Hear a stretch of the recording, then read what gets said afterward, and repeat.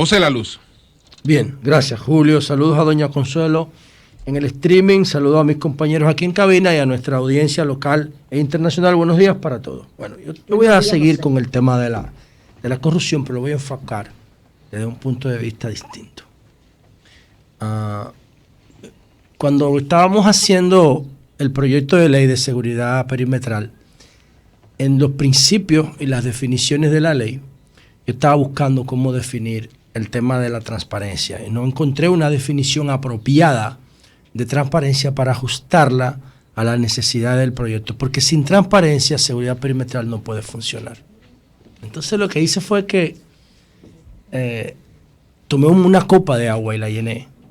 Y entonces empezamos a girar la copa. Y en el equipo nuestro, en el equipo técnico jurídico que me acompañó, un grupo de gente brillante, llegamos a la conclusión de que todo lo que se hace con dinero público tiene que estar siempre a la vista de los contribuyentes que financian las contrataciones, las compras, las decisiones que se toman con dinero público. Para mí, en materia de corrupción, eso es transparencia. Y por eso promovemos un gobierno de datos abiertos. En algún momento lo vamos a lograr.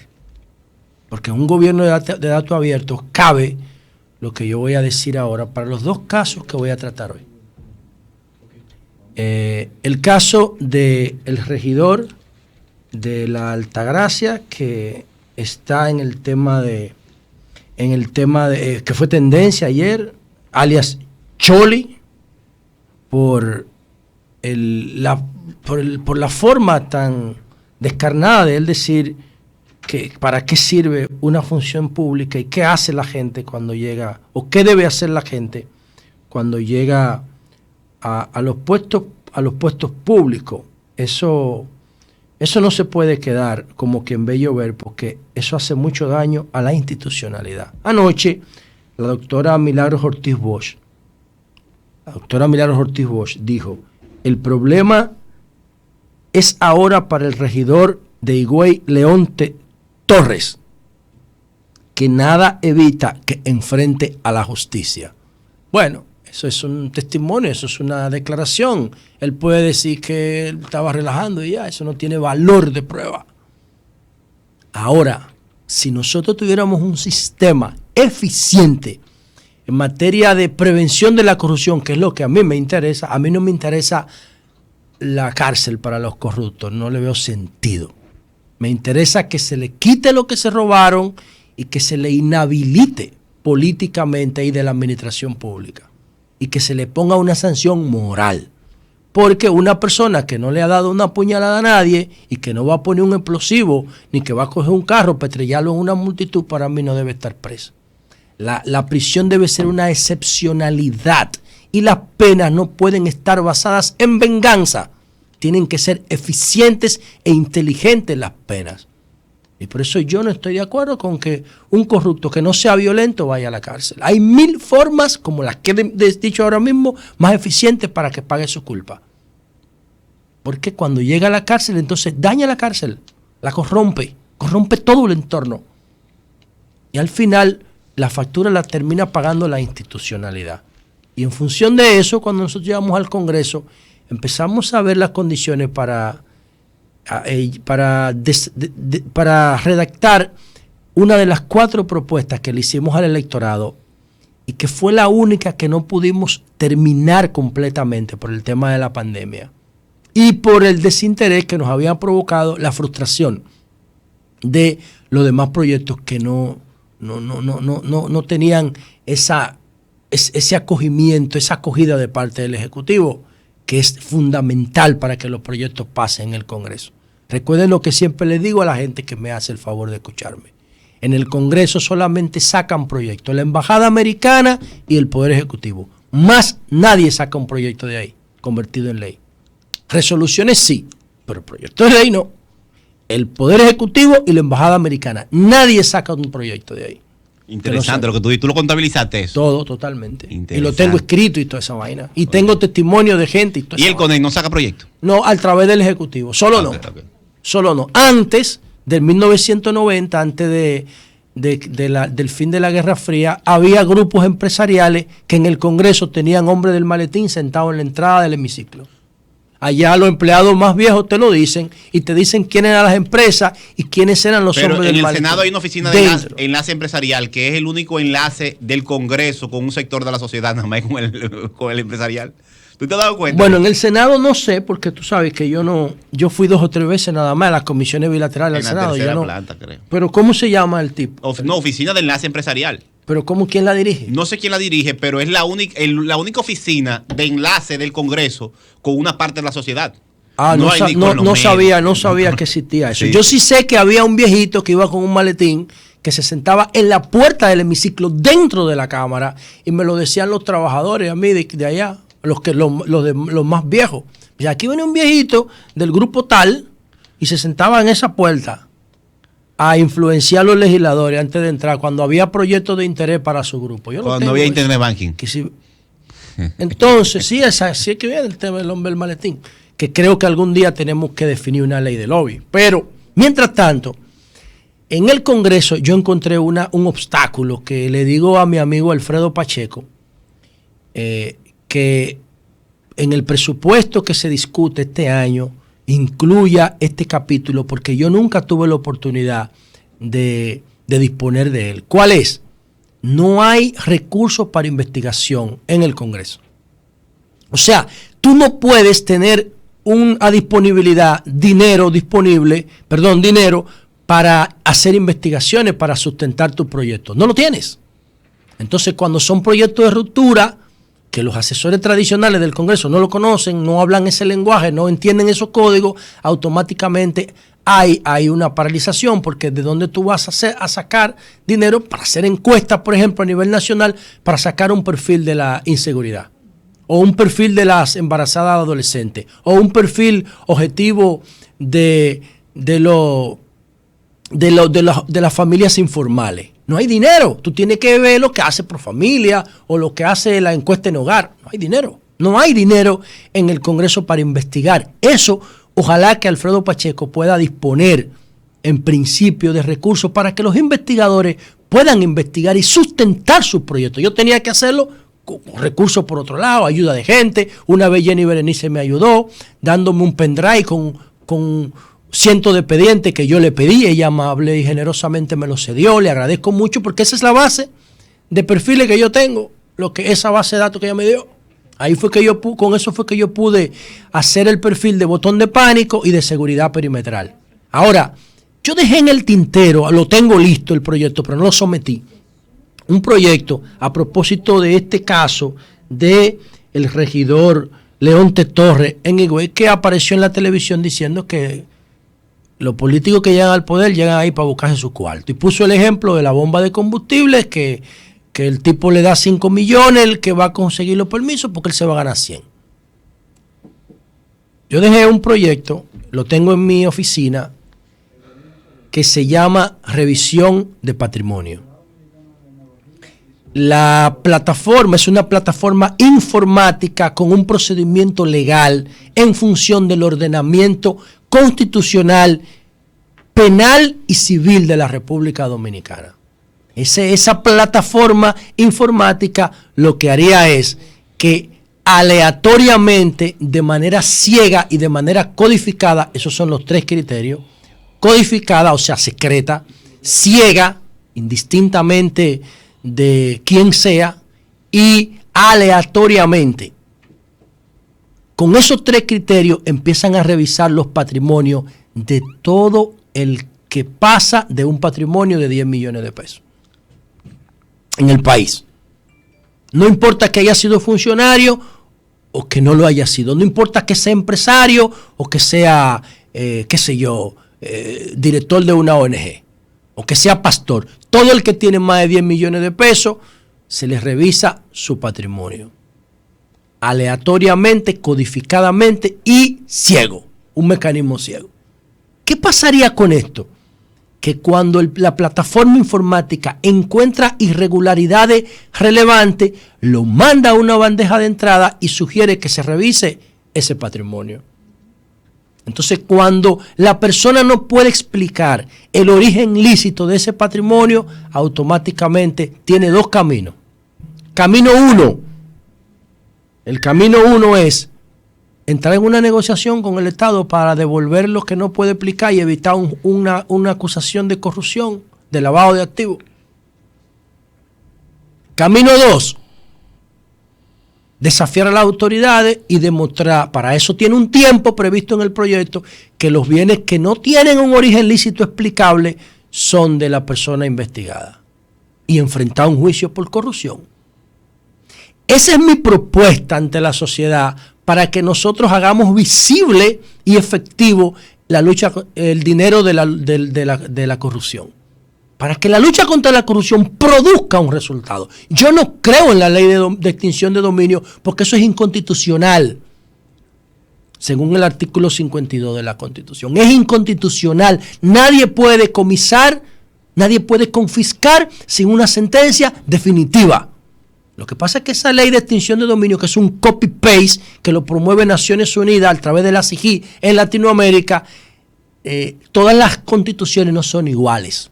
En la República Dominicana, el mayor hallazgo que yo hice en los 4 años que estuve en el Congreso fue darme cuenta de que la propiedad no está definida en la Constitución Dominicana. Ojo, ese es un truco, ese es un gancho de los sectores oligarcas.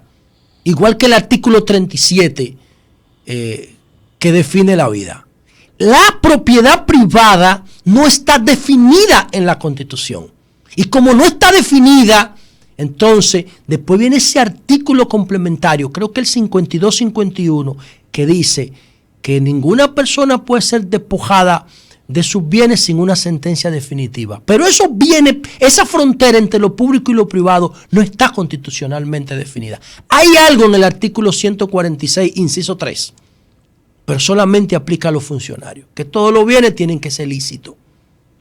Pero ahí hay mucha duda constitucional, mucha sombra constitucional que en algún momento tendremos que aclarar. Ahora, esa propuesta que yo le hago a la sociedad de revisión de patrimonio nos permitiría a nosotros inmovilizar una gran cantidad de recursos y persuadir a los poseedores de esos muebles, de esos bienes muebles e inmuebles, para que negocien y puedan seguir llevando una vida normal. Ahora mismo yo no sé lo que pasaría, yo particularmente, no sé lo que pasaría si a todos los que están encartados en los casos de Coral, de la Operación Pulpo y de Odebrecht, le plantearan, mire, usted está de acuerdo con que si usted devuelve todo lo que se le acusa aquí, más una penalidad y una inhabilitación, ¿usted está de acuerdo con que den libertad a cambio de eso? Yo creo que hay mucha de esa gente que dice que sí.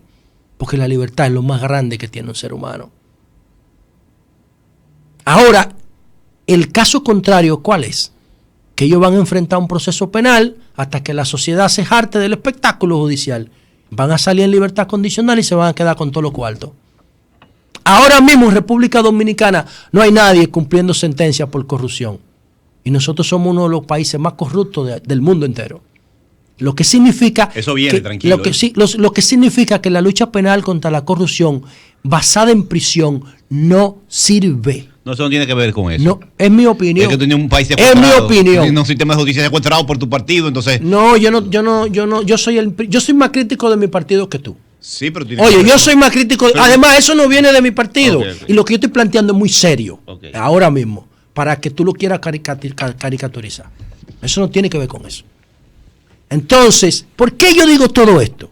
Por esto que le voy a plantear ahora. El caso de Leonte Torres, el regidor, si le revisaran el patrimonio a ese señor es regidor desde el 2016, no es de ahora. Entonces, él ya tiene 5 años.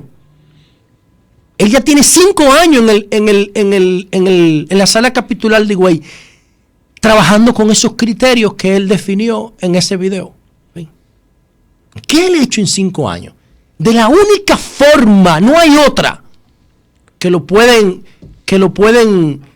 sacar algo útil de una investigación frente a él, es diciéndole, la Comisión de Ética, doña Milagro, déjame ver tu patrimonio declarado. Vamos a hacer una validación, un cruce entre lo que tú tienes y lo que tú dices que tienes. Ahora demuéstrame el origen de todo lo que tú tienes. Y todo lo que tú no me puedas demostrar, pásame lo que eso es del Estado. Así es que se debe hacer la cosa.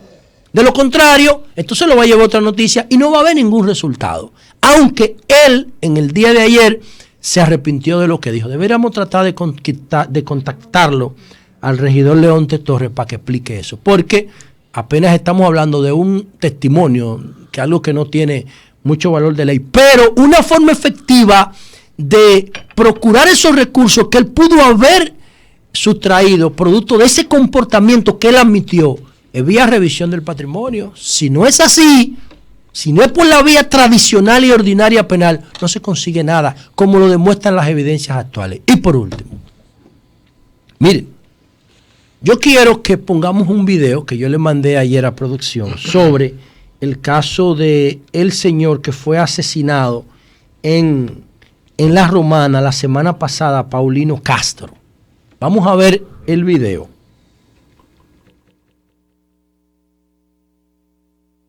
Castro, quien fue asesinado en el sector de Villahermosa, en La Romana, en un dealer de su propiedad, junto a un mayor de la Fuerza Aérea. No, él tenía un carnet de la Fuerza Aérea, pero él tenía un mayor que era de su seguridad, que también lo mataron de la policía.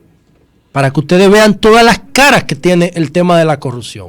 Ahí él está en un video con Alex Sensation, uno de los DJs de origen dominicano más famosos de Nueva York. Ese no, es colombiano. ¿Cómo se llama el de aquí? ¿A dónde? Bueno, no hay que mencionarlo, está bien. Con Alex Sensation, que es un furor en Nueva York, porque él era cantante de música urbana. Alguien me dice, yo no he confirmado el dato, que también él le produjo un disco entero a Marta Heredia.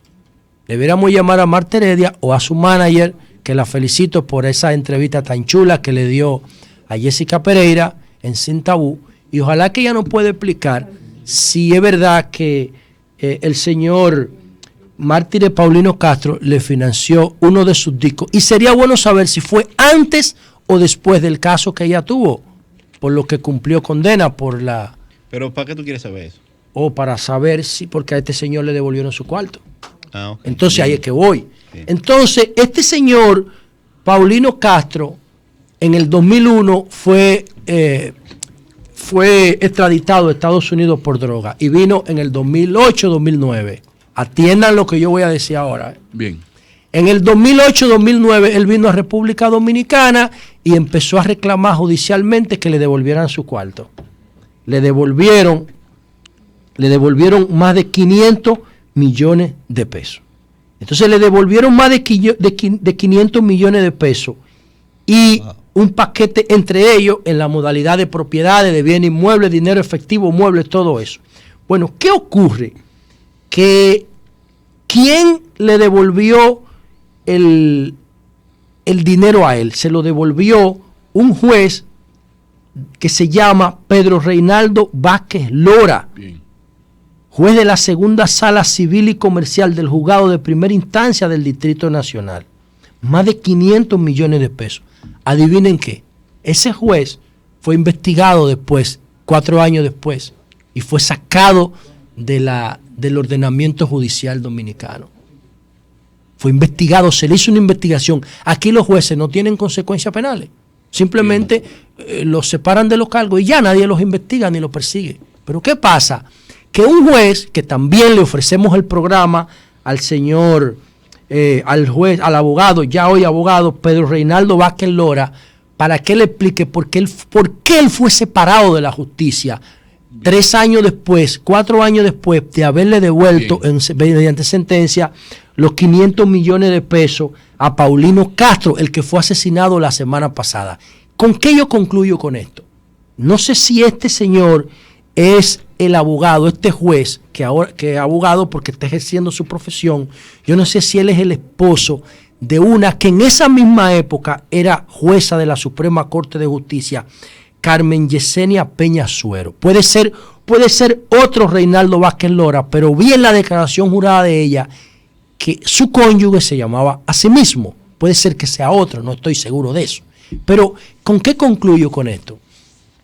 Miren cómo este señor, Paulino Castro, era un narcotraficante, ya había cumplido su condena, pero era un narcotraficante. Entonces miren que le devolvió la sociedad, la misma sociedad que persigue la corrupción, le devuelve todos los bienes que él produjo envenenando gente y matando gente, porque la corrupción del narcotráfico es así. Entonces, oigan esto, él tenía un mayor asignado, eso no se va a investigar, eso no se va a investigar quién le asignó ese mayor. Eso no se investiga porque tú me puedes decir, no, la luz se lo asignaron en el 2013, estamos en el 2021. ¿Quién se lo asignó? Entonces no se revisa permanentemente esas asignaciones en la policía. Yo me pregunto, eso hay que investigarlo porque eso es un acto de corrupción, señores. Si la corrupción no solamente es política, otra cosa. ¿Quién le dio el carné a él de la Fuerza Aérea? No se va a investigar tampoco, porque tenía un carné de la Fuerza Aérea. Eso no es corrupción, eso es corrupción. Igual que Figueroa Agosto, que la jipeta que se quemó cuando mataron al coronel González tenía la placa de un diputado. La jipeta Mazda. Y él tenía carnet del DNI y nunca se investigó.